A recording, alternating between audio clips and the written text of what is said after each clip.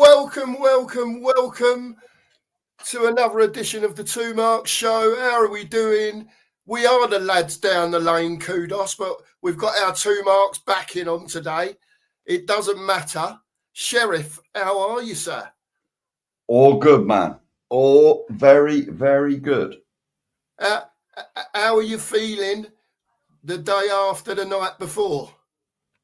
I had a weird feeling last night, mate. I don't know what it was. I thought I was coming down with something, but turns out it was pride.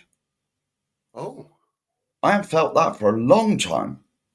You know what I mean? Just proud of the performance. Oh, I was disappointed. We all were. That we that we sort of floundered in the last 20 minutes, but fell away at the that's end. Nothing on the team. That was nothing on the team. That is the depth of squad we got. Yeah, agreed. That's all that boils down to. And I see today there was some positive news with Eze wants to join us. Bid allegedly has gone in. Yeah. Apparently there's a bid that's gone in. And we'll see how that develops. We'll talk about that a little bit. Just before you go through the chat, Mark, just want to say hello to Layla. She's here today. With her little brother Kylo and her big sister Casey and her mum Louise. They've popped round to say hello and see Nanny Audits because they haven't seen Nanny Audits for a couple of weeks. So they've popped round to say hello. So a big hello to Layla because I know she's watching. And there you go, Layla. So it's done. We'll carry on with the football now. Happy days. Yeah, great. Right, should we see who's there? Why not indeed? Mark Army, a member of the Mark Army. Big up, Mark. Big up, mate. Kudos. Lads down the lane. Yes. Lads down the lane. Nige will be making an appearance, but I believe he's busy at the moment. Yeah, he will. If we're still running, he will pop on. Yeah. Definitely. Yeah. Jason, big up, mate. We'll talk about that, Jason. Yeah, yes. Definitely. We are going to be talking about this. Yeah. Kevin. Big up, Kev. Big up, mate. Thanks for being in, mate. Appreciate it. Thank you. We appreciate all of you. And we would like to thank Ben and Brian from Tottenham on Tour and the Coffee Company, respectively, for the redirect. Absolutely. Thank you very much, chaps. We really appreciate it from both of you, as always. We've had a couple of redirects in the last few days, so thank you to everyone concerned that's done that for us because it really helps us out. To be fair, it helps us get out there, big style. So we're slowly creeping along. Scott M, big up, mate, and here's the man responsible for it. Thank you, Ben. So have the feeling of spilling Amstel down your goolies. I don't waste it, mate. No, never. No, never. I'm too tight to waste any of it. Unbelievable. Brilliant. Thanks for the redirect, mate. Memberships and super chats are available.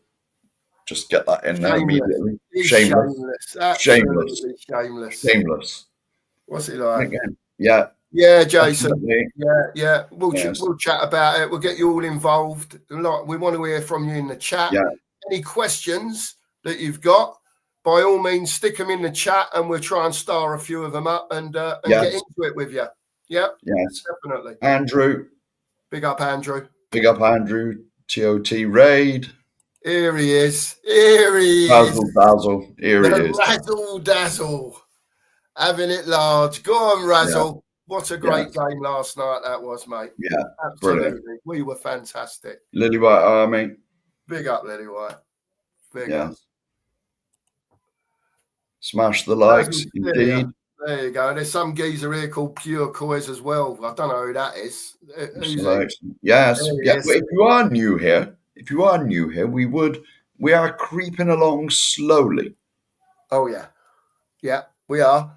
Yeah, I wouldn't say slowly. I had a look earlier, you know. Well, we're marching along now, mate. We're marching. I mean, compared to some other channels, we're not marching. We're doing little baby steps. But marching to us. To be fair, and I don't mind telling the viewers this, I had a look in a little the YouTube studio earlier because I was quite intrigued. And it says I'm not technical by anything, but I only had to press a button and it tells me what's what. And apparently we've had 110 subscribers in the last 28 days. Absolutely brilliant. That's, my goodness. I just think that's fantastic. Do you know what I mean? You know, it seemed like forever getting to 500, and now we're already like less than 2 weeks later up to 560. Yeah. And it's yes, thanks more to than the that people now, I that are think, watching. man. I know we continually say it, Mark, but without these people sitting here listening to us talking about Spurs, do you know what I mean? There's no show. We say this every show. Yeah. Without you, without the people in the chat, there's no show. There's no show. I could phone Mark up and we could just have a chat on the phone. Yeah. But doing it here without the audience, there is no show. Yeah, superb. Love it. Yeah, love every minute of it. Love interacting with all of you. You know, whatever people's opinions. Yesterday, you know, I'm not, you know, what's the point yesterday? My old mate, what's the point that comes in the chat? Yeah. He was not happy that Tell came on and Johnson should have come on. Right. So whatever reasoning he's got for that, that's his opinion. That's fine. I have my reasoning for it. No one falls out over anything at the end of the day. You know, we're here to have that chat, to have those difference of opinions and to talk about them. Of course. Unbelievable. Yeah. Yeah. Have you taken Eminem to court yet over naming rights? We don't need to, Razzle, just for me to jump in there because, as you well know, the sheriff is diabetic and don't really do chocolate. So M&M's is that they're not a patch on us, mate. We are the two marks. We're the real M&M's. I wouldn't eat them anyway. Definitely not. Who is the Spurs man of the match? I can answer this. Absolutely. Go on, mate. You go first then. Right. So what I would like to say is, Rain Man, the easy way out, and big up for being here, by the way. The easy way out is for me to say the man of the match was the 11 that were on the pitch for the 75 minutes. That's fair. If you wanted me to pick a player out, right, that for me stood out, done his job magnificently well until he went off. And I think when he plays the position and he plays there on his own, he struggles because he's being asked to do so much more, right? Paulinho played next to Bentancur for 75 minutes last night, right? The pair of them were absolutely immense, right? But for me, Bentancur last night showed what he's all about. When there's two sitting in front, whether we're playing a 3, a 5, a 4, whatever you want to call it, right? That geezer last night, you go back and watch the game, only once did he let someone run past him. And it was a regular occurrence last season. Yeah, where he would be standing still and you would just see no tracking, no nothing. So it happened once last night. The ball got cut out, so he got away with it. But every single ball that bounced last night, he was on it. In a flash, recovering the ball, trying to giving it to Kudos, you know, knocking it up to Richie and Solanke when he was on. Yeah. But I thought he was magnificent. But all 11 that started the game, you know, I couldn't say to you, well, I weren't happy with him or he didn't do, you know what I mean? I thought that was brilliant, mate. And I've got to say as well, and we're going to come on to further on as well about the substitutions, but the manager's tactics for that first 70 minutes, were absolutely spot on. Yeah. Completely agree with you, mate. Right. I'll have my quick say on it and then we'll get on. We have a super chat, man. Oh, wow. We should have an alarm or something going off here. Right. Now. Atavka on Wembley 1. Right. Okay. Yeah. Right. Now, I completely agree with you. All 11 players that started that game put a shift in. You could see they were trying, blocking, closing down. It's the first time for a long time. The defence looked solid. It looked watertight. Watertight. With the two in front as well. Bentancur and Rodrigo. What's his name? Whoever. Like, solid. Absolutely solid. The whole team. The only criticism I got is going forward.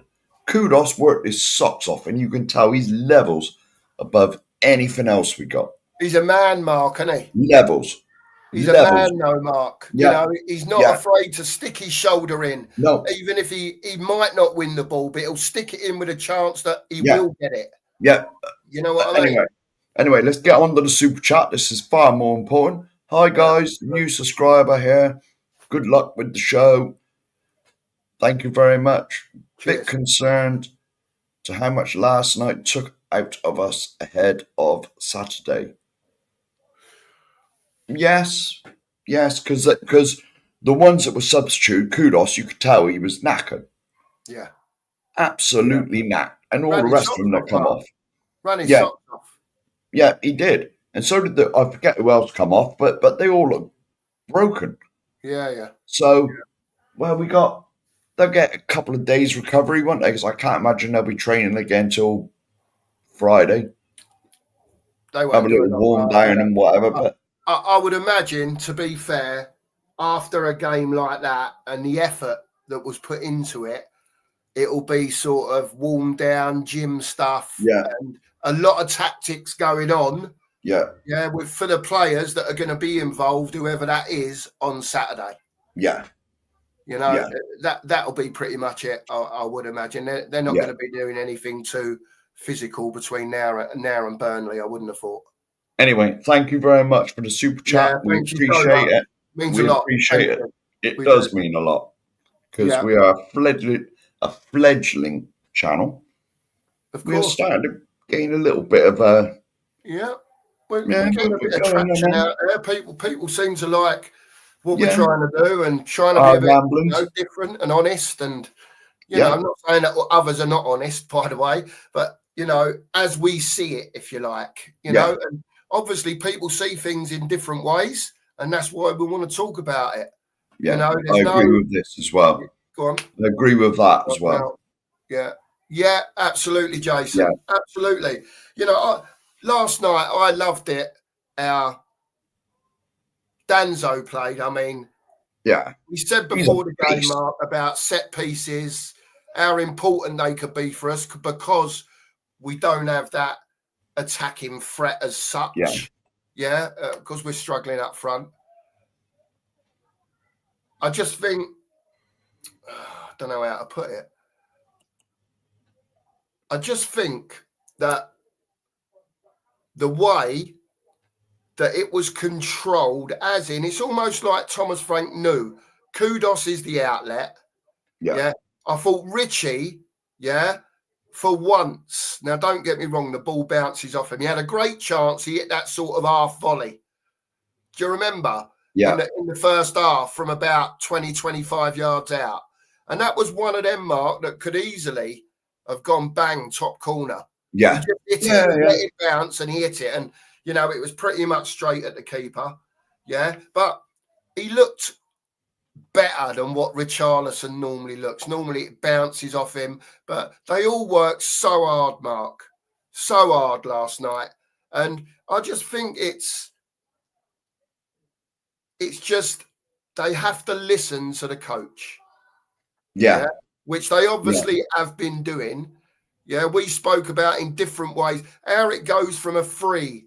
We lose the ball, it's into a 5. Yeah. You know what I mean? And all of a sudden, it'll be a 4. And he's so good at it. And he's marshalling these players into different ways of playing. And you saw last night, we spoke about it in the other show. Go and press them. But don't go too high and don't go in too hard. Because you'll get played round. And I'll tell you what I took. Even when Porro went wandering up the pitch. If he lost the ball, you noticed there was someone in his place immediately. Yeah. Immediately. We looked like, now bear in mind he's only been here 6 weeks. Yeah. We look like a well-drilled unit in 6 weeks of him being here. Yeah. There was none of this last year when we used to lose the ball high up the pitch and they got through immediately and there was 2 at the back.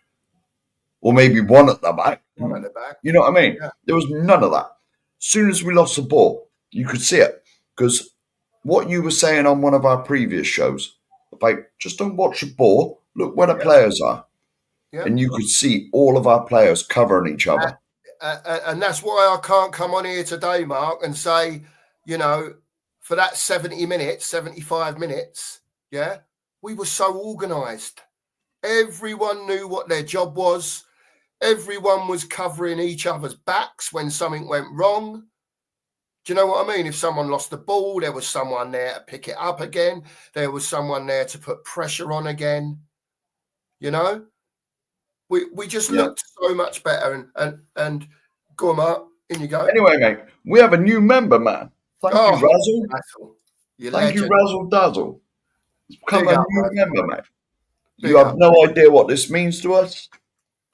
Fantastic, mate. Yeah, it's great. Yeah, fantastic. Thank you very much. And when we get a few members, we will be doing member shows. Yeah, we will. We will. We will, but, you know, we've only like 3 or 4 members at the minute. We need to get a few of you in yet to become members, and only we can do that by doing these shows and you liking them at the end of the day. That's what it's all about. Yeah. So, you know, thanks, Razzle. Appreciate it. Thank you very much, mate. By the way, Razzle already knows he's got that little spanner there. Yeah, he knows he's top mod. Don't you worry about that, Razzle. We know. Yeah, we know, mate. Yeah. Don't tell Ben. Don't tell Ben. Well, no. Ben is the mod father, though, isn't he? He is. Yeah. Ben's always the mod father. You're not taking nonsense from anybody. Oh, yeah, straight in there, Ben. He taught me everything I know about moderating chats. There you go, see? So, Razzle, you've got to learn your moderating now from the sheriff. Speak to Ben. Speak to Ben. Yeah. Brilliant. I found the link. Yeah, now, if you go on our homepage, somehow, I don't know how the hell I've done it, I managed to get the join thing, and it's on our homepage. Oh, right. Excellent. Yes, I managed to do that. I can't remember how the hell I'd done it, Matt. I just clicked random buttons, I think. Well done. But anyway, seems I'm chief of technology. Yeah, let me jump in for 1 second. 80 of you in here. Please smash the sub button and the like button. You know, it means the world to us to be, you know, I know that, like, you know, everyone says it, but, you know, just you people watching us, hitting the sub button, hitting the like button, it means a lot to us. It gets us out there, and that's what we're trying to do. Yeah. You know, so thank you all for being here. Yeah, brilliant. Big up to all of you. And thank you again, Ben and Brian, for sending you all over it. Yeah, right. We really do appreciate it. We do. And I want to get on to the main part of the show. We had Nige do us a thumbnail with a picture of Eze and a picture of Savinho on it. And the question was, do these two make us scary? Now, I know you can call it clickbait, call it what you want. It wasn't meant for that. It was from the point of that we watched Tottenham Hotspur last night probably perform for 70 minutes on the pitch what we haven't seen for a long time. The majority of people would have been not so much happy with the result, but from what we all saw for that 70 minutes, 75 minutes, I think everyone would have been happy. So my question is to everyone in the chat, anyone who wants to answer, and Mark will no doubt answer first. Do one, or even more importantly, both of these players, after what you saw last night, with no outlet apart from kudos, does it make us scary? Do we become that scary team? What do you think, Mark? It doesn't complete us. Far from it. It doesn't complete us, in my opinion. But it goes a long, well, it definitely makes us better. And it makes us better immediately. None of this buying, like, 17-year-olds and then hoping they come good in 2, 3, 4 years. None of that. They make us better immediately. Yeah. Which is what, what's this channel been going now? 7 months? Something like that, yeah. We've been crying about this since we started. We need experience. We need players that have been there and done it. Yeah. To me, get both of these in.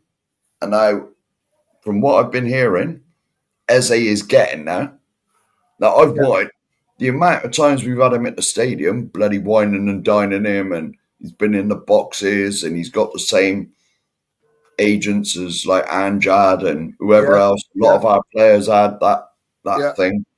You know, just get it done. For God's sakes, if Levy messes this up, Change for Tottenham won't have to release a press statement because the work's done for him. Yeah, the work is done for him. You know, but look, do they complete us? No. But with the structure we got at the club now, you know, the stadium, the training ground, the revenue that comes into the damn place, this is a start. And I want to see us get players like this every window. Yeah. Every window. I'm not asking for 10 to come in this window, but them two would do for now. Get to January. Get to January and get another one or two. Yeah. You know? And the thing is as well, we ain't got to be scared if we do sign one of these biggish players. I'm not saying, because let's face it, Eze or Savinho, they're not Messi's and Ronaldo's, are they? But they improve us. Yeah. They improve us. They improve us immediately. Yeah. No, we're not saying that at upper echelons, but this is what the stadium was built for, to get players like this in and better. Agreed. Get one or two of them in a window, and don't be scared if you buy one and he turns into a flop, get rid of him. This is another thing. We're too sentimental with players. If they're not good enough, get rid. You know, if they don't turn out how you'd like them, you know, just get rid. Take the losses. The stadium brings in Christ knows what. Every week nearly there seems to be something going on there. Yeah. I know it's all on next year's tax thing and whatever. I don't understand the finances, but you know what I mean. But the revenue we got coming in, and all of it is no excuse to not get players like this in. No excuse whatsoever. Yeah. These to me, if we got both of these, that should be the start, not the finish, the start. Agreed. I totally agree. I don't expect, you know, I really don't expect a centre forward to come in. And I've been screaming for a centre forward as well as a 10 and a left winger. You know, I was coming at from the point of view of the performance that we saw last night, and hopefully, you know, we speak about consistency and all that sort of stuff. Spurs have to do it week in, week out, have a lot less off days, and more on days. You know, Thomas Frank is going to come up against different coaches that set up in different ways, and this is another reason Razzle's put it on here. There's another reason, you know. The tide will turn. We'll be playing teams where we're on 75% possession. Yeah. We're the ones knocking it about, and the other lot are trying to do what we were doing at PSG last night. Do you know what I mean? So Frank can go in the going forward areas.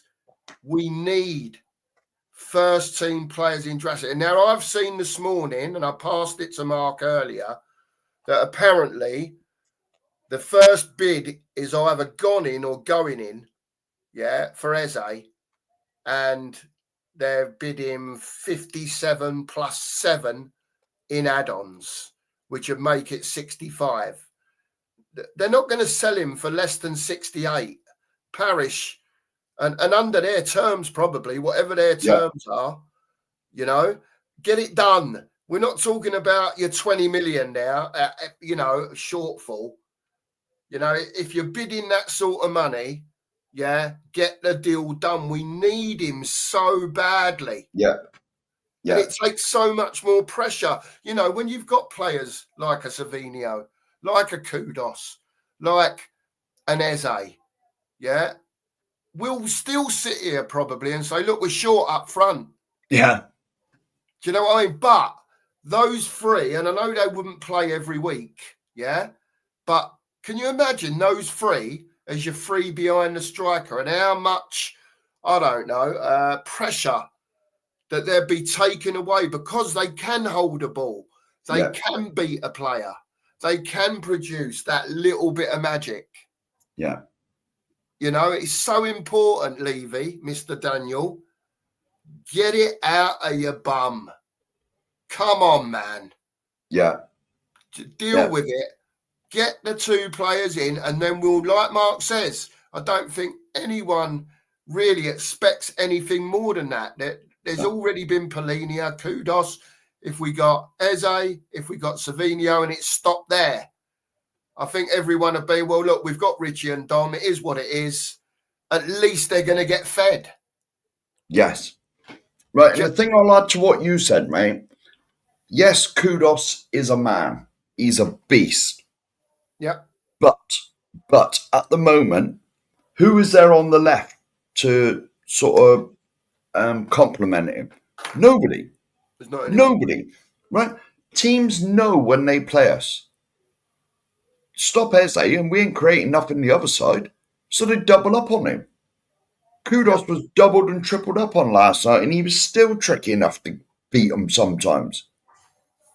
You know, you imagine Eze on the other side, they wouldn't know which. If we went any way and suddenly they're one-on-one, toast. You know what I mean? I'm just going to click on this one because I totally agree with this. Yes. It won't happen, Terry. It'll be a miracle for Spurs fans if Eze actually comes, knowing how we do deals. Do you know what I mean? It's there for the taking. What worries me is the Gooners are getting rid of Trossard today, may well be going to Villa for 20 million. Right? If it hasn't already been done. That's another 20 million in their back pocket. And then that means they're one shorter on the left. You know what Arsenal are like? They're just going off. They'll go into Parish and say, right, what's the deal? Yeah. And just to spite us, mate, they'll do it. Yeah. They'll do it and go bang. So my thing is to Daniel Levy is whether you've put your first bid in or not, or whether it's incoming, get in a room with Parish. We know he's hard to deal with, like you're hard to deal with. Yeah, get in the room, deal with it yourself. You're 3-4 million quid short of what they want. Get it over the line, get him in. That's a home game. Go and do the same with Savinho. You know what they want. He's 21. If you think he is the player for us and you think he's that good, right? And we all think he's a very good player. That doesn't mean he's the right player. But I'm sure most of the chat that are in here, if you said Savinho's coming next week for 70 million, 95% will be clapping saying, yeah, we'll have that. It's a big improvement on what we've got. And it's down to them upstairs at the end of the day, Mark, now. Yeah. Yeah. You know, well, let's face it, mate. All right, we still Kudos is not going to play 60, 70 games, whatever we got this year. No. So we could still do with another right-sided player as well. But Kudos will do for now. Just pray you don't get injured, right? But we got nobody on the left. This is a start getting Eze in. And maybe Savinho. Yeah. Because he's on the left as well, isn't he? Yeah. Yeah. Is he a left? But Eze can drop into the 10 role as well. He drops in a 10. He can play off the left. He's not really a left winger, but he's one of them that can play off the left. But the good thing about Eze is that he can go both ways. Yeah. He doesn't just need to cut in and keep cutting in. He can then go back on his left foot. And quite happily use his left foot. He's both-footed, predominantly right-footed, but he can do it with both feet. Yeah. Right? We've got to have that in our team. We've got to have that option. Because at the moment, it's okay.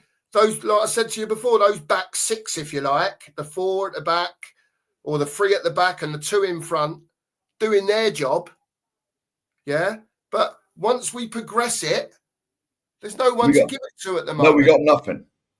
And you found that out. Like you said, they know whoever PSG knew the ball was going there. Yeah. It's the only outlet. So straight away, all PSG done was mauled it. I mean, at one stage, the geezer had 3 players around him, and the ball was like glued to his foot. You know, they couldn't touch him. You know, and he's just powerful. I just love it. I love him. He's powerful. He don't mind sticking his shoulder in, sticking his boot in. He'll commit a foul if he thinks it's necessary. Seen him do that a couple of times as well when players have, you know, maybe got the better of him, getting away from him. And just a little subtle foul to stop the play, let players get back in position again. It's all up here, Mark. It's all up here, mate. It was true what you said yesterday as well.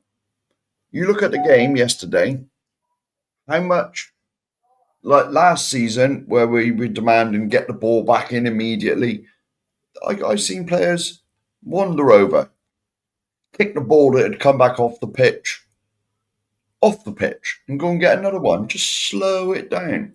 Well, take your time. Give people a breather. Because you can't run around like that for 90 minutes solid. Did you see Danzo, Mark? Yes. Did you watch Danzo last night? Another one, right? Up here, right? So he's done whatever he's done. The ball's gone out. It ricocheted out for a throw. And the ball literally rolled to where he was going to take his throw from, right? He kicked the ball away, walked up the touchline 10 yards to get another ball, walked back nice and slow, had another 10, 15 seconds, deliberating what he was going to do, and then the big launch. Whoosh.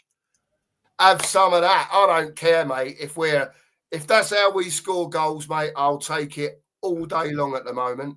A goal's a goal, mate. You know, a goal's a goal, whether it's Gareth Bale rifling one in from 30 yards or a header from a long throw. A goal's a goal, mate. I don't care how it comes. No. If they are our strong points in the game, if you like, set pieces, and also corners, Mark. We looked dangerous at corners last night as well. Also defending them. What was our biggest weakness last year? Yeah. Defending set pieces. Yeah. And how solid did we look from when Paris Saint-Germain had a corner? All right, their corners weren't the best. Not up to their standards, but you know, we just looked solid as a rock at the back. Yeah. And I couldn't be more. I felt summit last night watching that game, even though we lost on penalties, but we drew 2-2 with the greatest team in the world, not just Europe, the world. Do you know?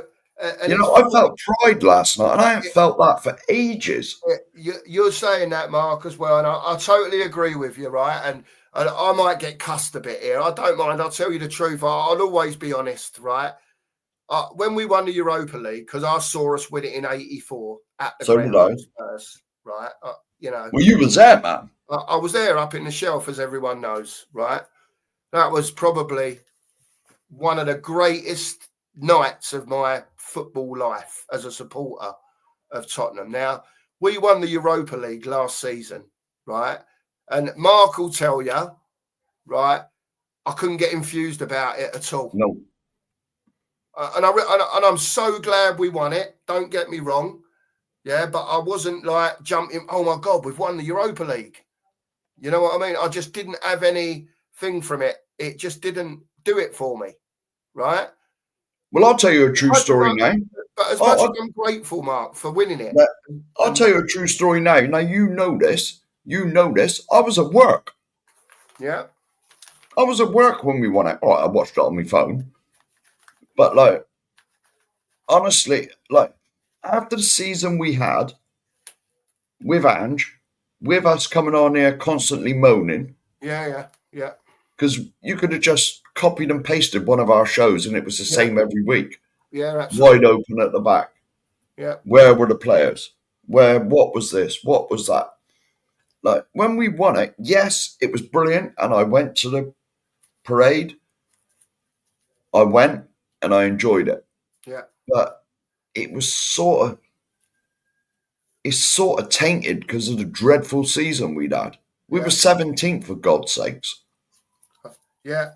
I think the season drained the life out of us, Mark. Yeah, it did. It did. Anyway, you know what I mean? Big up Barbaric Disdain. Another new member, mate. Oh, big up, Barbaric. Thanks very much, mate. Thank you, mate. We appreciate that. Cheers, fella. Cheers.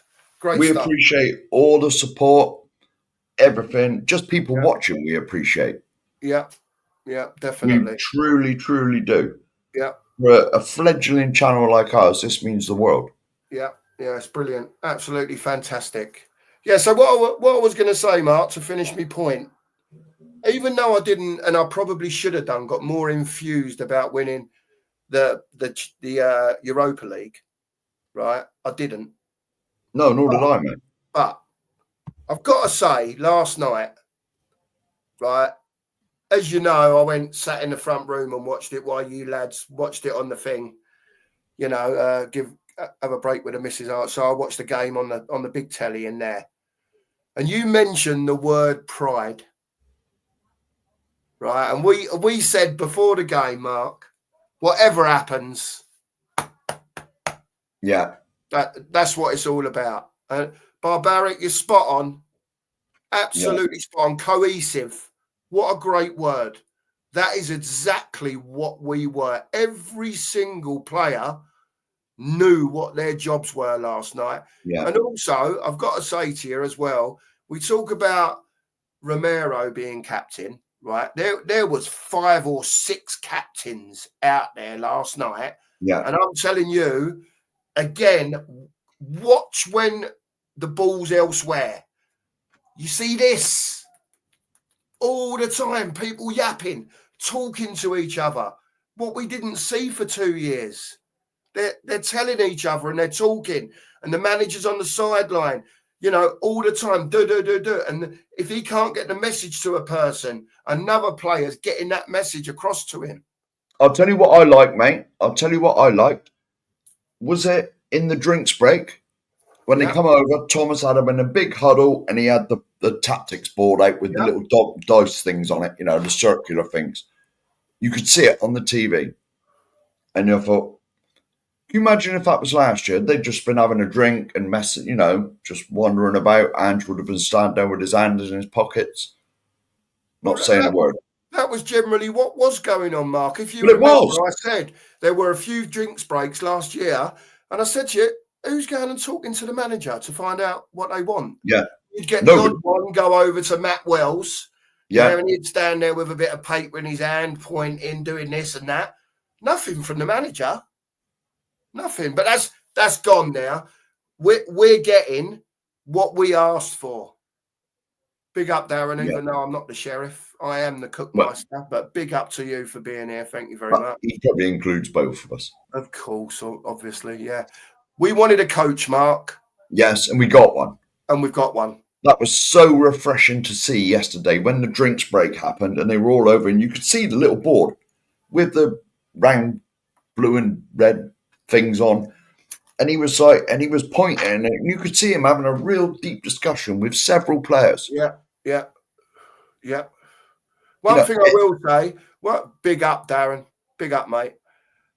One thing I will say, and we'll move on to this, Mark, because I think it's really important that we talk about it. But before we get to that point, Archie Gray came on as a sub last night, right? And I'm not going to lay into him, as in lay into him. It was poor when he came on, as was Tell, as was Solanke, right?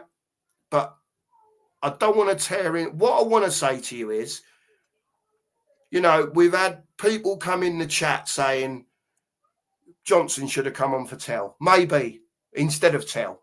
Yeah, he didn't really have no choice but to bring the Bergvalls and the Greys on. No, at the end. But what I will say is, right, and this is something that pisses me off, and I don't know if Mark's going to be on side with me or not, because I'll say it how I see it, right? If Bissouma hadn't been such a dickhead, he would have been in that squad, and more than likely, right, you would have had Bissouma coming on to replace a Paulinia or to replace a Bentancur, right?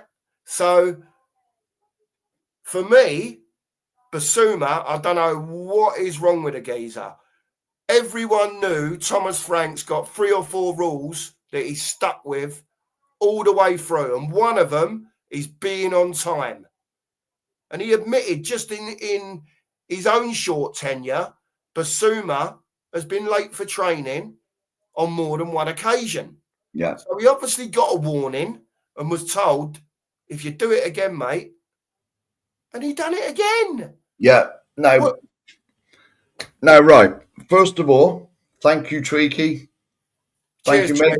We got another new member, mate. Yeah, thank you very much, Tweak. Thank you, mate. We appreciate all of this. Yeah. All of it. All of it. For us, it's massive. Yeah. Absolutely massive. Right. Keep going. We'll keep going. Keep trying to bring you the content. Yeah. The Basuma situation, right? The man has been a complete letdown almost since he's been here. He's had disciplinary issues wherever he's been. It's not the first time, even when he was at Brighton. Disciplinary issues. Never on time. Now, if you've got a man like Frank, and he'll outline, it's like when you start any job. Yeah. Let's face it, footballers, yes, they're celebrities and they get paid well, blah, blah, blah, blah, blah. But it's like any of us getting a new job. When you go in, you have your interview, and they say, oh, yeah, we like you. You know, welcome. Your first day there, you normally get an induction. Yeah. Right? And they'll take you around. Right, this is what is acceptable. This is what is not. Being late, not acceptable. That's normally the first thing. Or if you're late, if you're going to be more than like 5 minutes late, phone call. You know what I mean? Blah, blah, blah. The traffic's bad. Blah, blah, blah, blah, blah. But, you know what I mean? Even the traffic's bad. It's not really an excuse. But ground rules are laid down when you start a new place of employment. Now, if this man is constantly late, yeah, he's got to be punished. And it's not the first time he's been on disciplinary matters. Get him gone as far as I'm concerned. If you're not going to adhere to the rules, get out of here. And it ain't hard, Mark, is it? At the It's end of the not day, difficult, man. I mean, me and you have done far more physical jobs than anything, where we've had to start at 6 in the morning. 5. And past 4. Yeah. You know what I mean? I've been up at that time to go to work. Yeah. Do a 12-hour day, then hour to get home, and do it the next day, and the next day, and the next day. You know, so it's not difficult. Well, for my 2 penn'orth, right, I'm on this one with Basuma. I'm fully behind Thomas Frank. Yeah. Right? Either the players get on board with what he wants to do, enjoy it. You're getting paid loads of money. You're learning so much, and probably a lot of the players will be learning stuff that they've not even heard of, not even done before. Get on board, all of you, and give us fans something to watch on a Saturday and Sunday and a Wednesday night where we can all sit there and go, yeah, can see what's going on here. It's not there yet, but we can see what's going on here, you know? And again, Levy, get your finger out your arse, right? Because without players, the manager can only do so much. We all know that. He's shown last night with his tactics. He was on the TV before the game. Ben Davies and Rocario were interviewed. Ben Davies said, we've got something up our sleeve. I'm not telling you what it is, but we're going to try and do what we're going to do. Thomas Frank come out in his interview before the game, said exactly the same thing. We've got plans for PSG.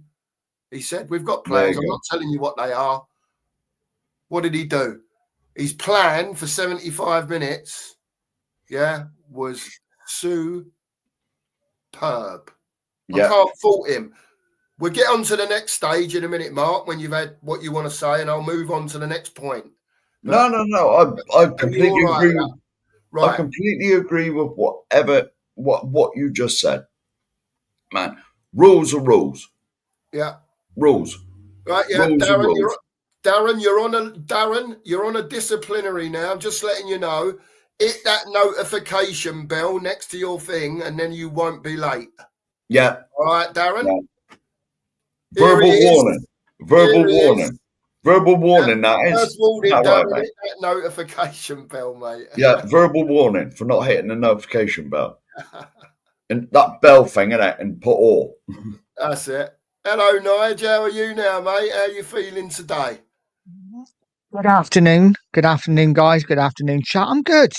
I'm still a bit gutted, but yeah, like most people, just incredibly proud of the team. I thought we were incredible last night.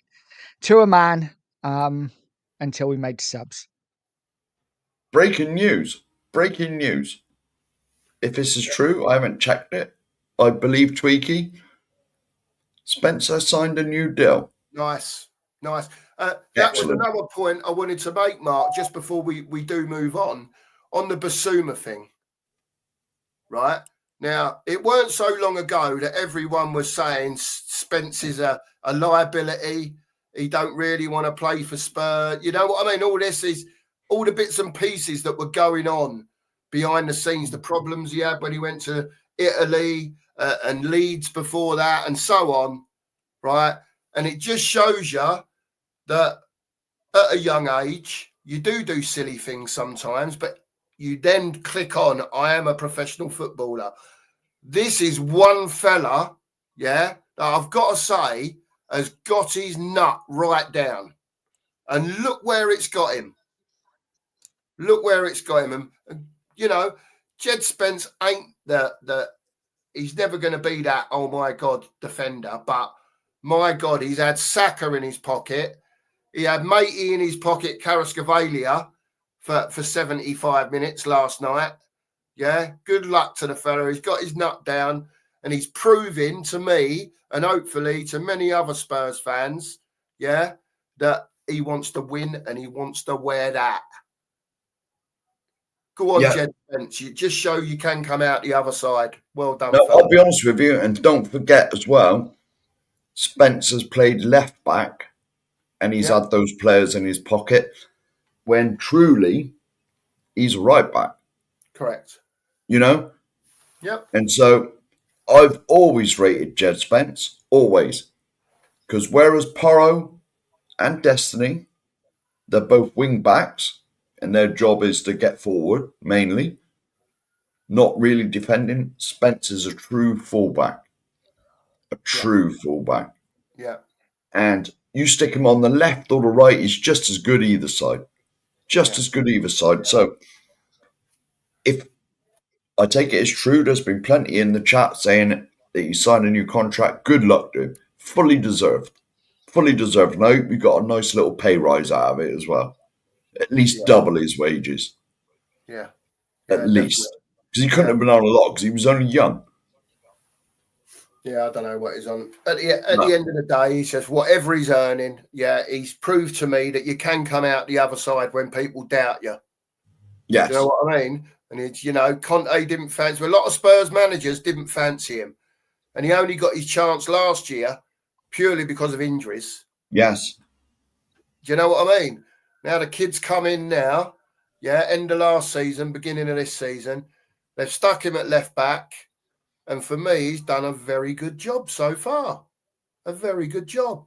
And you know my feelings on, I think left backs should be left-footed predominantly. Put players on the right side of the field, especially defenders. Yeah, if they're right-footed, play them on the right. If they're left, play them on the left. But he's proving to me so far that you don't have to be left-footed to play left back. Because he's doing it as a predominantly right-footed player. Yeah. And he's doing it very well. Very, very well. The doggy's going to have to raise his game, and this is what we want. We've all been asking for this sort of stuff. He's got competition now at left back for me. Good. Good. Yeah, he's got to pull his finger out. His finger out. I mean, to be honest, mate, this is what we were moaning and complaining about most of last season. There's no competition. The players are too lazy. As soon as they're in the team, they know no one's challenging them. Yeah. Now Destiny has challenge. He has a challenger. If he has same as Spence, the same as Spence. If Spence has a poor game and he's not on it, he knows Destiny's going to have his shirt, and it works both ways, which is what we've been crying out for a long time. We just need the other 10 players on the pitch. Yeah, absolutely. Here he is. Here he is. Here he is. Philly's Big in the up, house. Philly. How are you, Phil? I'm good, mate. I'm good. How are you guys doing? How you doing? How you doing, Cookmaster, Sheriff, Nice? How are you guys doing, mate? All's good. All's good. A strange feeling came over me last night. It was pride. Yeah. Oh. Pride. I've felt that for years. It was lovely, to be honest with you. And I know we spoke about the lack of forward players that we've got in the team at the moment, but it was just lovely to see it so structured. Lovely to see on the pressing front, pressing as groups rather than individuals, and also when we didn't have the ball, getting back in shape again. Yeah, getting back into that 4-2-3-1 or that 4, whatever they were, mixing and matching it up at different times. And just to see that made my day. It really made my day. I agree. It's nice to see the team organised and structured. For the last 2 years here, I felt that we've not been structured and not been organised. And like I said multiple times on here and on multiple channels here, it's like the parting of the Dead Sea. One ball over the top or one ball down the sides, and we were wide open.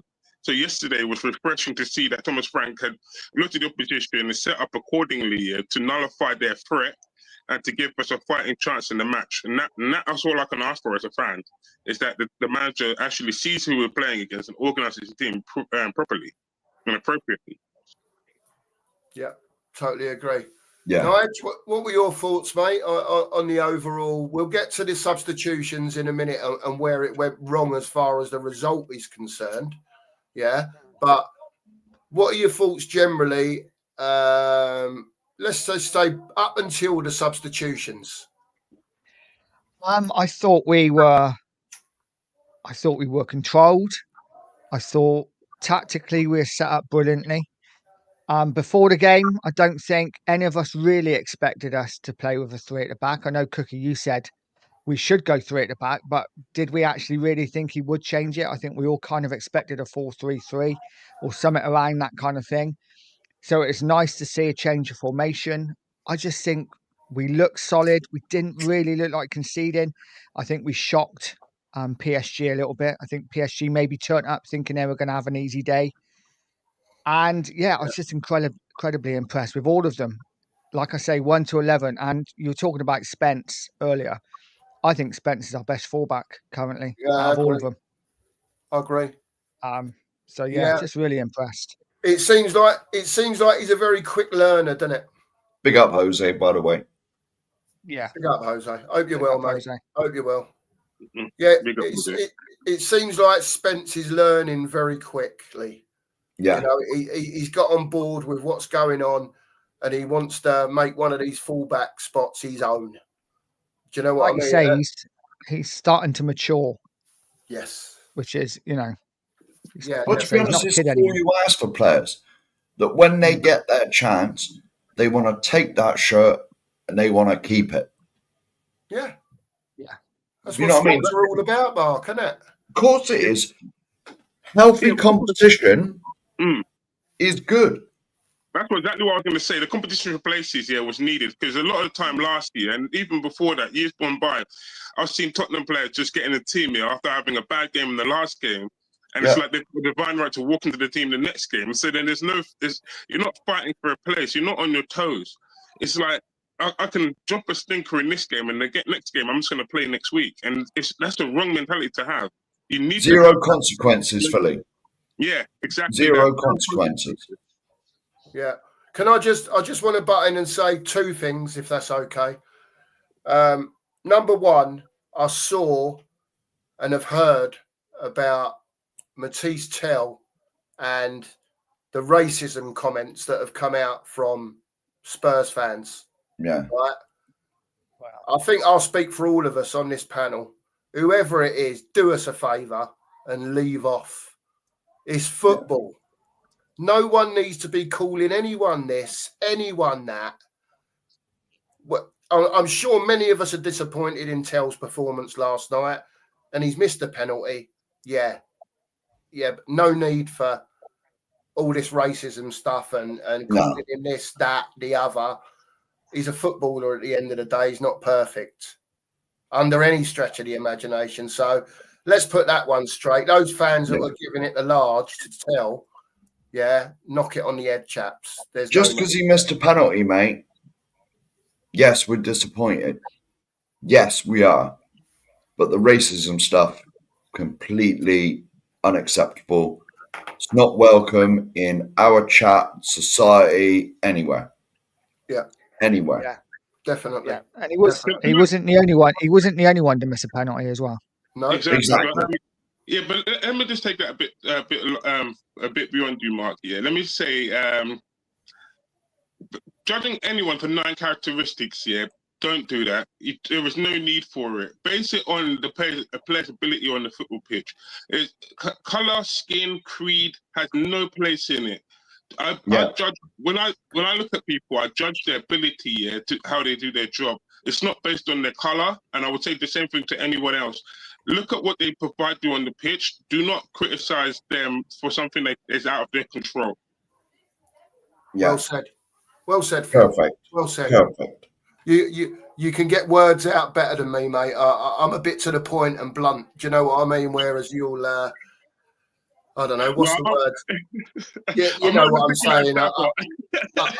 I can be a bit to the point like that sometimes. You know what I mean? Well, I'm not as articulate as someone like Savo, but yeah. You know what I mean? Yeah, there you go. There you go. Right. We've been going nearly an hour. I've got, I know Sheriff said he only wanted to do an hour. Well, whatever, man. I've got one more question. I've got one more question, and we can carry on if you want to carry on, chaps. Whatever, I'm all right to carry on. The main question I wanted to ask was, as much as we've lauded Thomas Frank for his coaching skills and the tactics that he used last night, what else could he have done when he made those substitutions on 75 minutes to keep us as solid as we have been? We know Solanke came on. We know Tell came on. We know Archie Gray came on. Right? Bergvall also came on. Right? Was Thomas Frank wrong?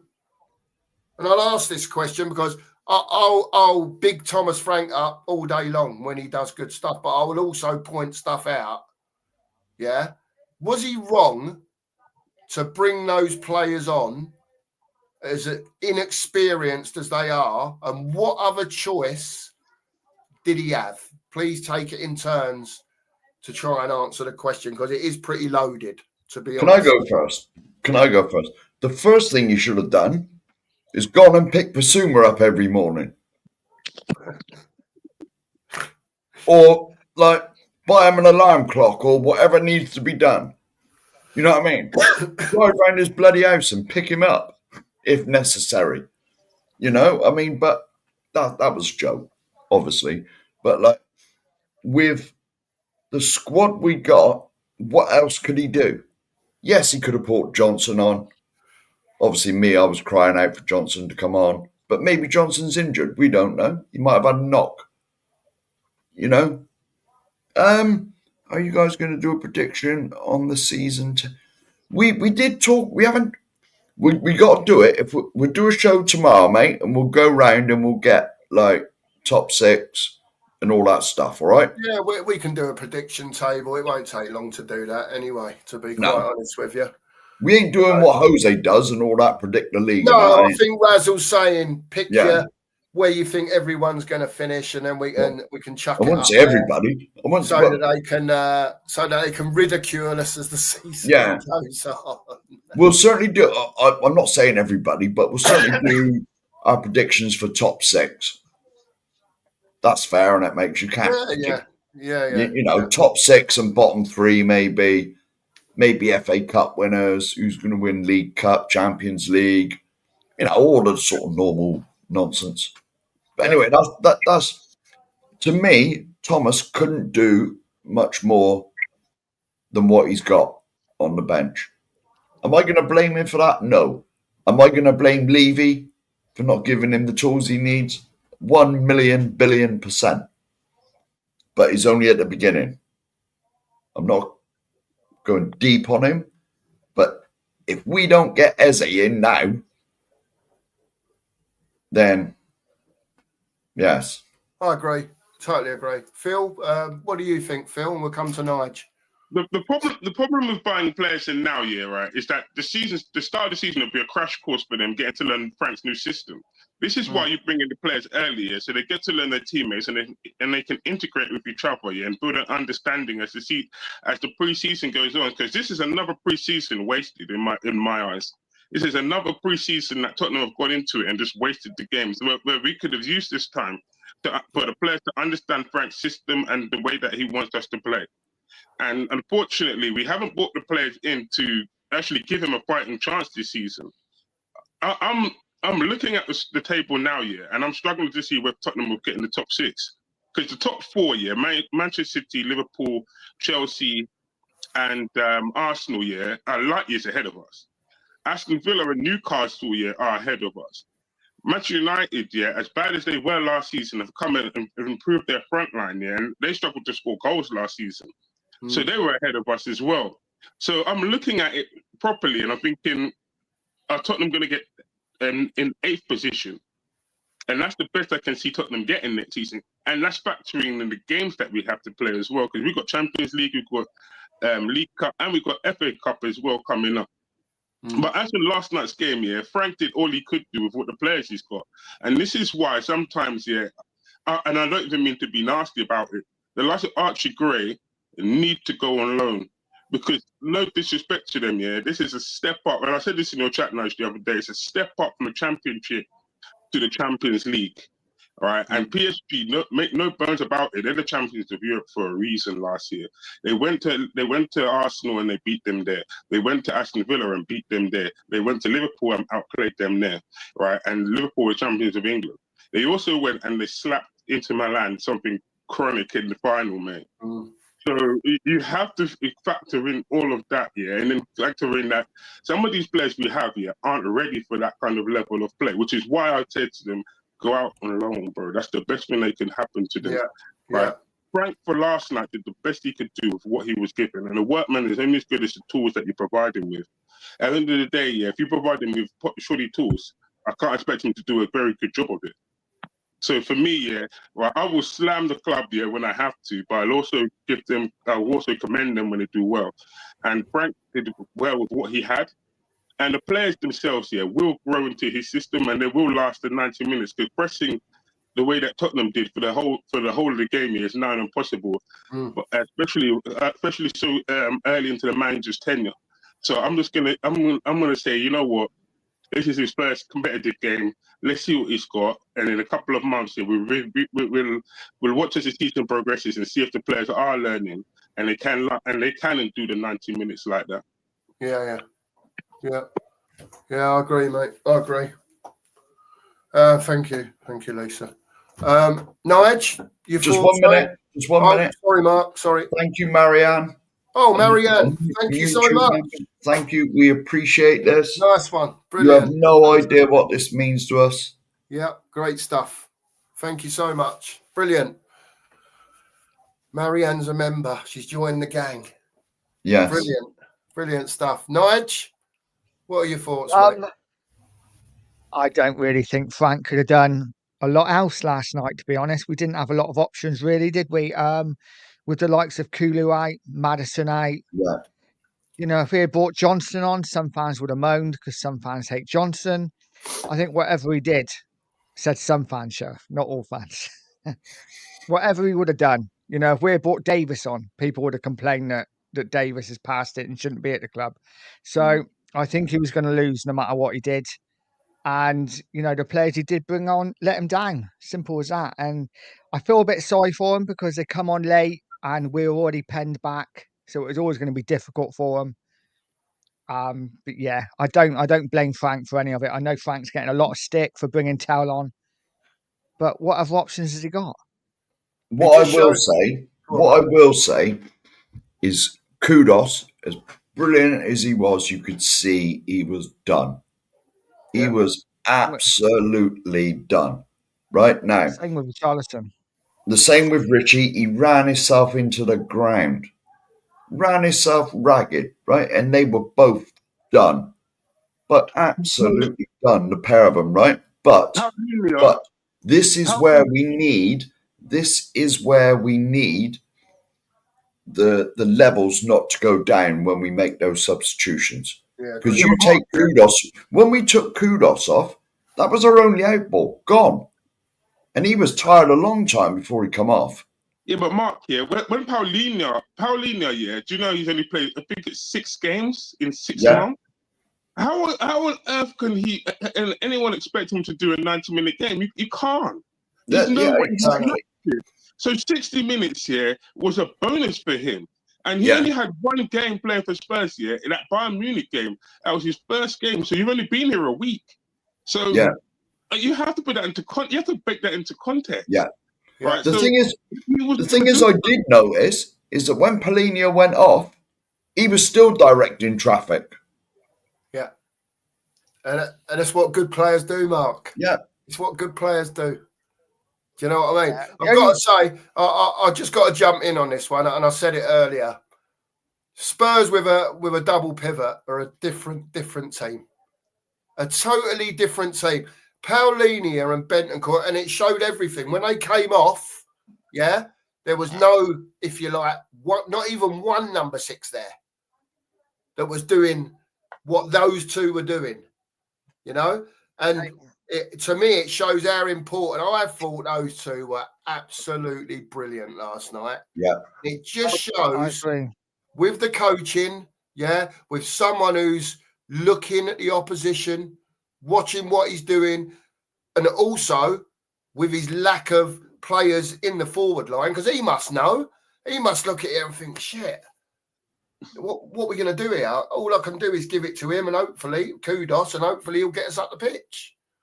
Also, Mark, we took legs off that midfield as well, because I know Paulinho come off and that was a big miss. But for me, the player that we've not talked about that I think has been the player of the pre-season, and I know people hate on him, is Sarr.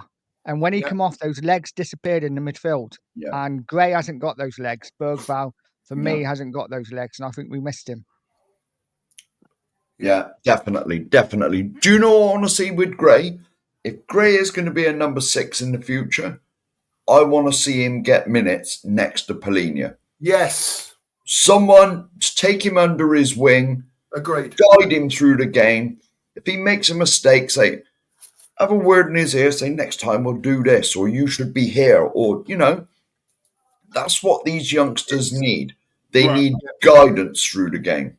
I tend to agree with you, but at this moment in time, I think the best thing for Archie Gray is that he goes out on loan, because for me, at Leeds, that he had that season, he was centre midfielder for half the games and then right back for the other half. And then for Tottenham last season, he played everywhere else but in centre midfield. And when he did play in centre midfield, he looked like a duck out of water. So I'm looking at him. Mate, I know he's a kid, and this is the problem, right? But this is also the solution, for him, he has to find a position on the field, and stick to it, and that is why I say he has to go out and learn to a lower level where he's playing the right level of opposition, where he can finally find a home on the pitch, whether it's going to be centre midfield, or it's defensive midfielder, or an 8, or whatever. He has to find that, and he has to be able to go out on loan and find that. The level of competition in the Premier League is too big for him to be finding a position and locking it down. For me, anyway, that's why I say he has to go out on loan. So where he plays opposition of a lower level, where he can finally find a home in that team and a position of his own, because he hasn't got a position right now. And for me, and I'm going to say this now, he's like a jack of all trades and a master of none. It's a fair comment at the moment, isn't it? Because when you look at him, a lot of us are like, what is his best position? What is it? Is he a centre midfielder?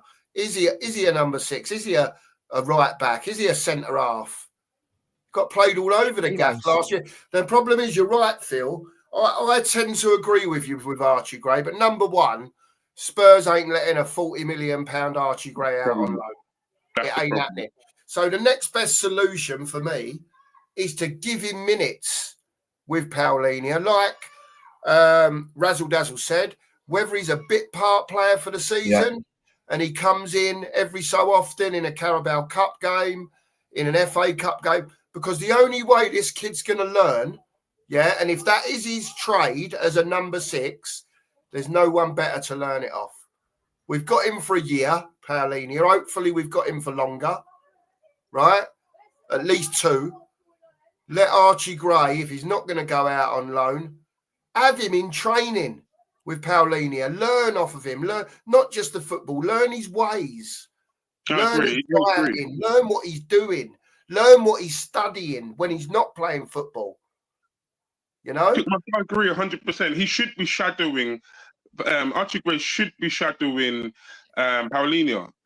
He should be shadowing him, watching how he moves, watching how he operates on the field, watching how he operates away on training. He should be doing that.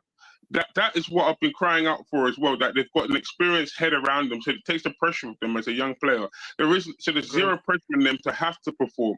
And that is what a lot of people miss out when they watch Barcelona and that.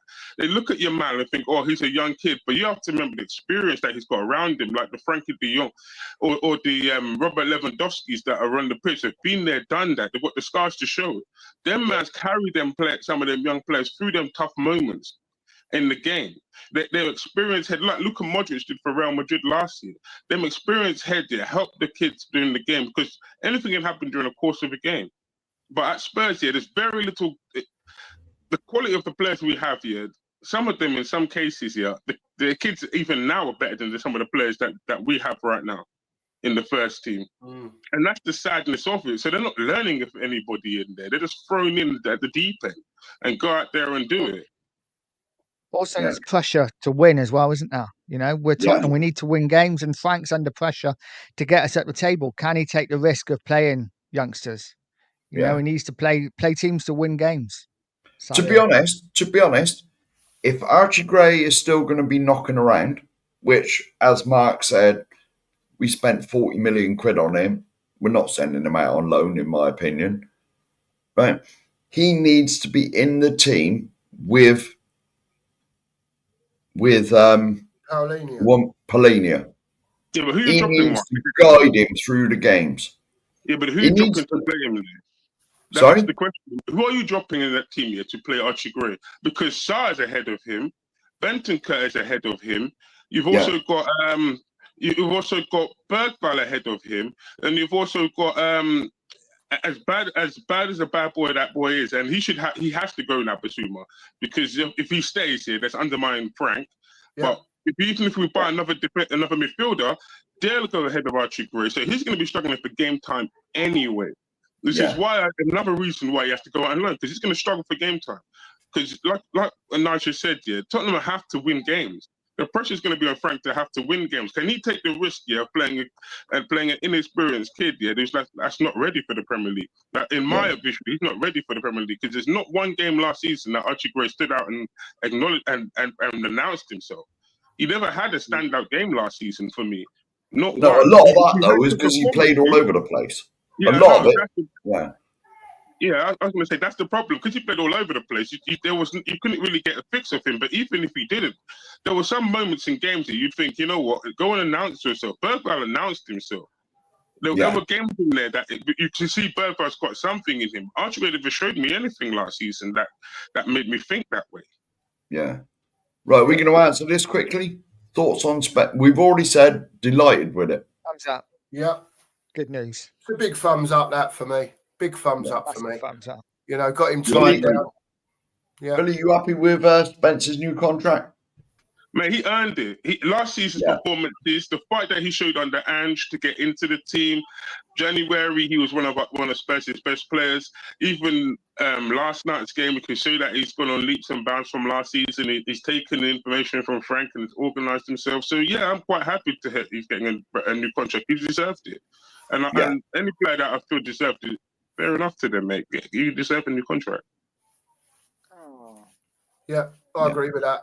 You know, we said it earlier on. We was talking about Basuma being a bad boy. There was a lot of people that didn't like Spence, you know, with his reputation when he went out to Italy. You know, managers haven't fancied him. But I think it's proof of a player that you get your nut down. Do you know what I mean? You show them what you can do. And for me, you know, luckily for us in a way, or for Jed Spence, that we had injuries last year and he got his chances under Ange. And I think that's been great for him going into this season. And I just hope now he doesn't go back to his old ways. He gets his nut down, realises he is a good professional footballer. He's playing for Tottenham Hotspur. Yeah? Let's have it, Jed. We're all over you, mate. I'm all over him if he carries on playing like he is. Yeah. Like you've all said, there's not a better fullback at the club. He's our only fullback. He's our only fullback. Porro and Udogie are wing backs. Right. I know that's similar, but it's not. You know. Scotty, tell us in the chat, or come on, Scott, if you want the link. If you're up and about, I don't know if you're at work. Tell us why he's not the kind of person we want at the club. You know, guys, can I just give you some news? Go on, mate. Sorry, and it's nothing to do with transfers, but I think it's you know, I think we all like to wish him luck. And this is Eric Lamela has retired from professional footballer. The former Tottenham player will start a new challenge as a coach at Seville. So yeah, good luck, Coco. I didn't realise he was old enough to retire, but maybe his injuries. He must only be like 35. I wish I could retire when I was 35. Yeah, but you know, there, isn't it? You just said it there. The injuries, isn't it? The injuries have taken a toll on him, isn't it? Yeah. And he had so many injuries at Spurs. He reminded me of Darren Anderton, the original Six Note, man. Every time Lamela was out, and he was out for quite a period of time as well. So fair play to him. Yeah, the injuries might have taken his toll in the season, but he's done moderately well for himself, and he's won Copa America. So yeah, I get you. I'll just click on this one, Mark. Sorry. That's fine, Scott. I get that. But what I will say is that from what I've seen over the last season or so, since he's been involved more with the first team, he seems to have straightened himself out and got his head down. Right? We can all moan about stuff that happened before. We know that, you know, he had grief in Italy for whatever reason, same problems at Leeds. But it seems we can only assume, it seems like the kid's got his nut down a bit, Scott. So can I just come in? Yeah, go on. Right. Now, all of us have got to remember what we were like when we were 17, 18. You know, we all did stupid things. We all did things that weren't right. You know what I mean? We all went out partying. And, you know, I mean, to us, that was normal. Yeah. But to a professional footballer, as tempting as it is as a 17, 18-year-old lad, and you suddenly got thousands of pounds in your pocket every week, you know, we'd all be the same. But, you know, I think now he's finally realised that if he keeps piss-assing about like he was, his footballing days are over. You know what I mean? Yeah, well, at this level, anyway. Yeah, at this level, that's what I was talking about. No, but you live and learn, though, innit? And everyone deserves a second chance, right? And as a youngster, as you grow up here, right, you realise that life changes and there's consequences for your actions. Mm-hmm. So all I can ask him to do, yeah, and what he's done for a year, yeah, is knuckle down here and change the narrative. He's knuckled down and made the position his own, right? And you could say that he was our best defensive fullback, wing back here come January. He was the one who stood out when Porro here was fading, and Udogie wasn't fit. He was the one who stepped up here, and he was the one that was carrying Spurs down the whip. And I remember the Man City game, yeah, because Porro was played in that game, yeah. We said no, we didn't want Porro playing in that game. Spurs should have played in that game because he would have been the better defensively against Dortmund. So he has stood up here and he has represented, and I have to give him that on his merits. He's earned his new contract.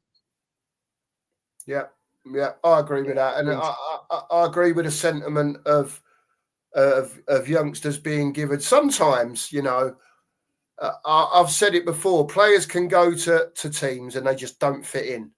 For whatever reason it is, it don't mean they're not a good player. You can go, look at Salah at Chelsea. Yeah? And then he's ended up going, I can't remember where he went. Then he went to Liverpool. Look at him at Liverpool. Absolutely thrived at Liverpool. But Cookmaster, you can say the same thing of Kevin De Bruyne.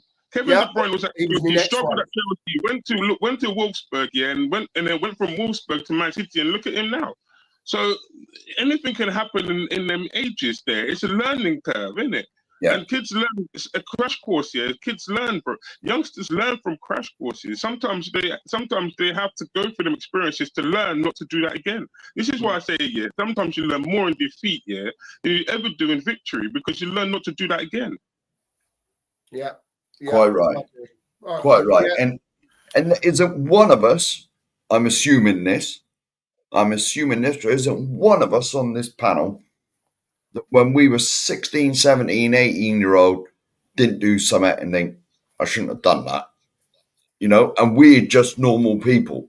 We're not professional athletes in the public eye. Yeah. And it seems to me that Jed has learned all this. He's had his rebellious stage of going out partying, and I take it he was drinking and doing things that professionals ain't meant to do. But, if he's buckled down now, fair play to him. But I've always maintained that Jed is our best fullback. He's our only fullback. Yeah, I'll just answer that again, Scott. I do think I've seen something. I honestly do. I think I've seen a change in his persona. I think he's got his head down a bit now. He's grown up a little bit. I could be wrong. And next week he does something stupid, Scott. Exactly. Do you know what I mean? I'm just, it's just an opinion. I think I've seen a change in him. I think he's got his nut down. He's grown up a bit, and he's finally realised I'm a professional footballer at this club. If I want to keep potential is upwards. Yeah, exactly. So we'll see what happens. Scott, you could be right in the long term, and he does something silly, and proves us all wrong. But all I can say is for pretty much the last year, Jed's been pretty much spot on the pitch. Yeah. And that's all I can look at. That's what I look at on the pitch. The only thing I have with Jed Spence here is a small one, and it's this. He has to learn to be better defensively, as in awareness. Because to me, sometimes he lets the player come in off the back of him. It's like he's not aware of the opponents that's behind him or just gone to the side of him. And that is something that he has to learn as well. That bit he has to learn. And I watched that in a few games where someone's come in on the blind side of him, and he's not like picked them up. That I've seen, and that bit he has to work on. Yeah. There was one at the back post. The other was it at the end of last season or so? I can't remember now. One at the back post where he was ball watching, and the geezer just ran past him. Yeah, I remember that, Phil. I remember that. But you got to remember, he's young and he will learn. And it seems now that he's willing to learn. You know what I mean? There's a big difference between learning and being willing to learn. Yeah. And now he's got a manager that will coach him tactically. I think we'll see the best of him. I honestly do. As long as he keeps this part, as long as he keeps his head in it and don't do anything silly, none of this party boy nonsense. Yeah. Then we'll see the best of him, because he's coming in. How old is he now? 21, 23. What he's getting there. He's not 18 anymore. No, you're going to want to be seeing the best of him within the next couple of years, and then that's continuing over the next 5-6 years or so, and so. In all fairness, I don't care what he does off the pitch as much, as long as he does it on the pitch.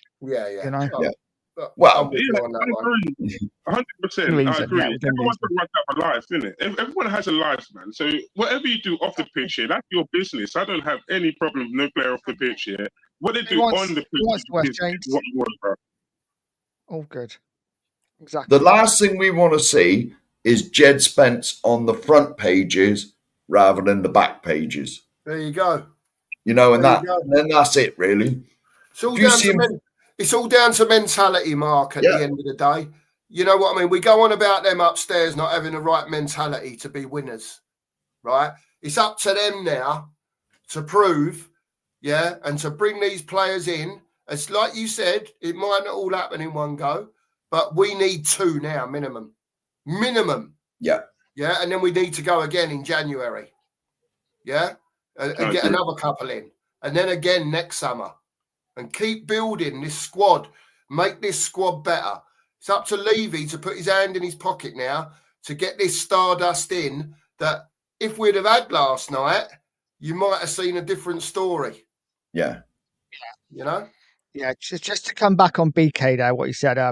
Obviously, when I'm talking about after pitch, I'm not talking about him partying and doing stupid things. I'm talking about if he's in an interview and wearing shades or got a bandana on and stuff like that, I don't care. As long as he's performing on the pitch.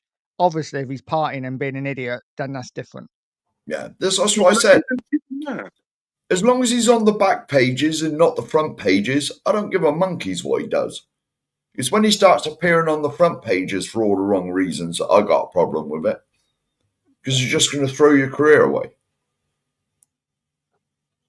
True. No, I'm You're just muted, looking mate. Sorry, if he I wants was to get muted. shade, that's his business. What the players do off the field, that's their business. What if they want to jump up and down, and that's their business. All right. I only care about what's on the pitch and what I'm seeing for the 90 minutes. And are they putting in the effort in the 90 minutes? Are they actually doing their job for the 90 minutes? Are they putting everything they have into it for 90 minutes? And if that's the case here, then fair dues. I can't criticize my man for doing what he wants to do with his life. That's his business. So I'll just let them have the freedom to do what they have to do in the end of it. Yeah, man. I agree with that. One more question and we'll wrap up. Burnley at the weekend. Now, we know consistency has been a big thing in Spurs for a long time. You know, we found a bit under Poch and it's sort of disappeared again and gone back to being the same old Spurs. You'll have a good old performance like we got last night, and then it will drop 50% on Saturday afternoon. Do you know what I mean? Do we after that performance, do we think like, now, start of the Premier League, let's start off with a bang at the weekend. Is it going to be tough for Frank to select the similar side because they had a hard 75 minutes last night? And does he make many changes, chaps? What are your thoughts on Sunday for Burnley? Oh, sorry, Saturday for Burnley. I think we go 3 at the back again. You think so, Nige? 3 at the back? I don't think we go 3 at the back again. No, I think we go a bit more front-footed. I see us going back to a 4-3-3. I see Johnson possibly starting. Other than that, I don't see many changes. It's going to be interesting to see what happens with Danzo because I absolutely love Danzo. He is fast becoming my favourite player. Love him. He's a bit of a cult hero already. He's a solid defender, isn't he? When you watch Danzo, he's a no-nonsense solid defender. And I do miss those kind of defenders. He reminds me. I watched him for Switzerland many times before. Yeah, I like Dan. I like Kevin Danzo. He's a good defender. So he's a no-nonsense solid defender. You usually get a 7 out of him, and sometimes that's all you need is a no-nonsense solid defender, someone that you know is defensively solid there. And he's good in the air as well. And a lot of our centre backs suffer in the air. So I do like Kevin Danzo. But do you know what? 3 at the back here. I said it on Savage Stream earlier. 3 at the back would also suit Dragushin when he comes back as well, because he's one of those defenders, a no-nonsense solid defender. He would play good in the back 3 as well. I forgot we had him. I forgot we had that. I forgot we had him. The Dragon to come back in. I forgot he was there. This is the other thing, Mark. This is the other thing we need to remember, right, as well. As much as we need players in there, especially in those attacking areas, you've got Dragushin to come back. You've got Maddison to come back at some stage, hopefully. You've got Kulu to come back. You know what I mean? So that's another 3. That surely, even if you bought players for their positions because they're not available now, that makes our squad so much stronger. If those three were fit and you've got either them coming off the bench or whatever, you know what I mean? That's 3 players that are lifting that squad depth up if new players come in. Let's face it, mate. Let's face it. If Madison, Kulu was fit, just them two. If, I know it's a big hypothetical if we had them two last night, we'd have won that game. 1 million billion %. Yeah. 1 million billion. But as far as Brighton go, I reckon we'll go 4 at the back because the emphasis will be on us. We're at home. Burnley, we're at home. The Burnley game. Yeah, the Burnley game, we'll go 4 at the back. The emphasis is on us to control the ball. Yeah. And it won't be like last night when we only had, 30% of the ball? It'll be 70-30 to us. What can we do with it? Please, this is why I'm saying, please, Daniel, please, get your finger out your bum, get Eze done, and get bloody Savinho done. Yeah. I'm going to take it from you, Mark, here, and I'm going to say I worry about Spurs going forward. Without a 10 year to knit the play together, because a 10 year is imperative. Every position on the football pitch is imperative, and this was another thing that annoyed me with Spurs here, because years ago they said to buy a creative midfielder was to be a luxury. I said never. If you're thinking like that, then I'm sorry that you need some help. Right, every position in the football pitch is necessary. A 10 links to play together. He is the conduit between the midfield and the attack, right? And he is the creative person here that actually finds the attacker and allows them to have the space they need to get into the area, right? Without a 10, we are going to suffer. And when we have games like Burnley on the weekend, where you have to break them down, we have no one in our team that is creative enough to be able to look for a player, and play a positional ball to them. We don't have that at the moment in time, which is something that we've lacked for a while now, right? Because Madison is the only creative player, natural creative player in the squad. Kulusevski, is another 8 to me. Because he's creative in some aspects, but he's more of a box-to-box midfielder again, who comes up and down, but he can go both ways on the left and the right, which offers that different dimension when he plays. But when I watch the others there was no one in there, and I'm not giving Bergwijn that level of responsibility. No way. And I don't even look at him as a creative player as well. He's another number 8 as well to me, because even he doesn't have that creative element in his game as well. So I'm looking at the team and I'm thinking, where are you going to get the goals from right now?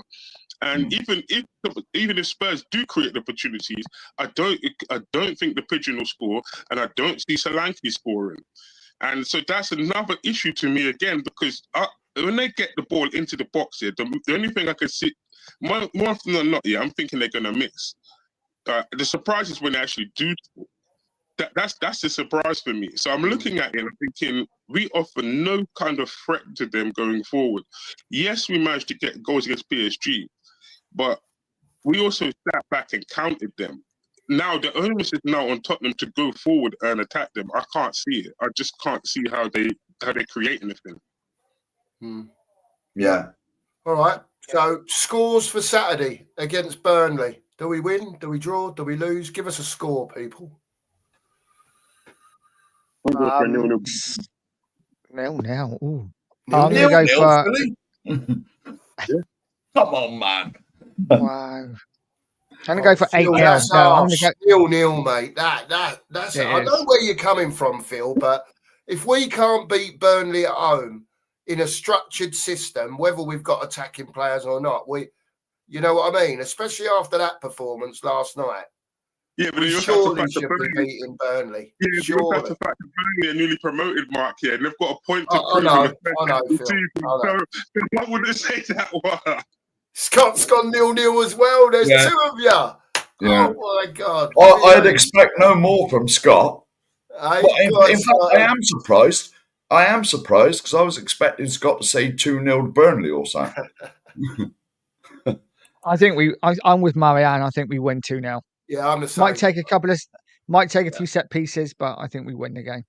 Yeah, I agree with that too. Right, 3-1. 3-1 Spurs.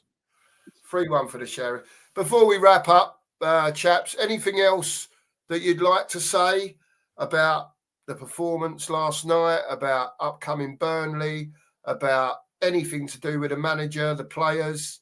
Has anyone got anything more that they would like to say? No. Well, that says it all, really, doesn't it? Eh? Sheriff, could you bring the starred comments up a minute, mate, please? I'm going to, mate. I was already on it, mate. I've already clicked on that bit. Thank you. Right. Thank you. Thank you to Travercon Wembley. Thank you, sir. Very generous, sir, with your super chat. Thank you. Thank you to Razzle Dazzle, who became a member. Big up, Raz. Thank you to Barbaric Disdain, who also became a member. Big up, Barbaric. Tweaky. Thanks, Tweaky. Tweaky, who became a member. Great and stuff. Marianne, who became a member. Thank you, Marianne. Thank you so much. Thank you very much, all. Brilliant stuff. Absolutely fantastic. We'll be back again soon. I've no doubt. Maybe tomorrow, possibly tomorrow. Yeah, possibly. We got to get our predictions in before Saturday. Phil, tell us about your channel, yeah, and let's get some of these people over to sub to you. Come on, man. Right, first of all, let me just thank this guy up here, the Cookmaster, and the Sheriff, and Nigel, who I got to meet personally not long ago. They are brilliant guys, man. We had a good laugh on a joke that day, so thanks very much, mate. It was special. Yeah. So, yeah, man. Thank you very much for that. And yeah, come over to Blockbuster Movies, Games and Television, where you'll see the lovely me, of course. You got keep going, Phil. And keep going, Phil. I'm finding your link. And you got Corey Boy as well. We don't talk about Tottenham on our channel. I'm afraid that taboo is safely locked away.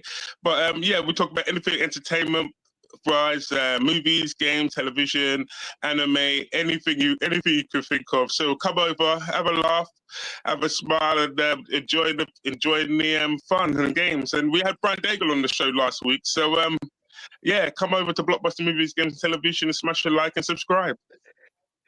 Keep going. Let's talk about something else. Brilliant, Phil. Great stuff. I'm so glad you got something going, Phil, to be honest. Keep it going, mate. Keep it going. I'm still looking. He's still looking. We'll keep talking. No. I was on your bloody account, mate. Oh, sorry. Here we go. Yeah. I've got it. No, it's my problem. I've got it. Right. What you got coming up, Nige? Just continue for about 1 minute. I have got another breakfast with pure coys in the morning. Hopefully, Summit would have broken by then. And yeah, probably some more shows soon. Obviously, more shows with you guys. Beyond the Lane again next Tuesday. Yeah, lots and lots coming up. Might even do the odd watch along here and now if I can. But and yeah, hopefully do more stuff with you two as well, guys. Great stuff. So Mark's clicked on that. There you go. There's Philly's channel there. Please, there's 50 of you in here. Let's get 20 of you at least. Get over there and give him a sub. They've just got going the last few weeks. Well worth watching. Like he says, films, games, any new releases that are coming out, they'll chat with you and get involved with you in the chat. So big up, Phil, for you doing that. Let's make sure we get over to Nige. He's flying at the moment, Nige. Nearly up to 1,100 now, I believe, Nige. You're getting there? Getting now. Yeah, getting now. Yeah. So, yeah, I'm loving it at the moment. Keep smashing the sub to Nige. Plenty of content coming out from him. I know Mark and I are very grateful to everyone that's been coming in to watch us recently and for the memberships. And well, I'll be honest, mate. I'll be honest. Yeah, I'm overwhelmed by it. Yeah, me too. But you know, like we said, it's you people in the chat that keep these shows going. Been absolutely fantastic today. 1 hour and 40 minutes. Big up to Phil. Big up to Nige. Big up to all the chat. Thanks for you all being here. Big up to my man, technical director, the Sheriff. He's a legend as well. And there's only one more thing to say, isn't there, Mark? Crack on, man. It's a good night from me. And it's a good night from him. Lads down the lane with the pure coys flow.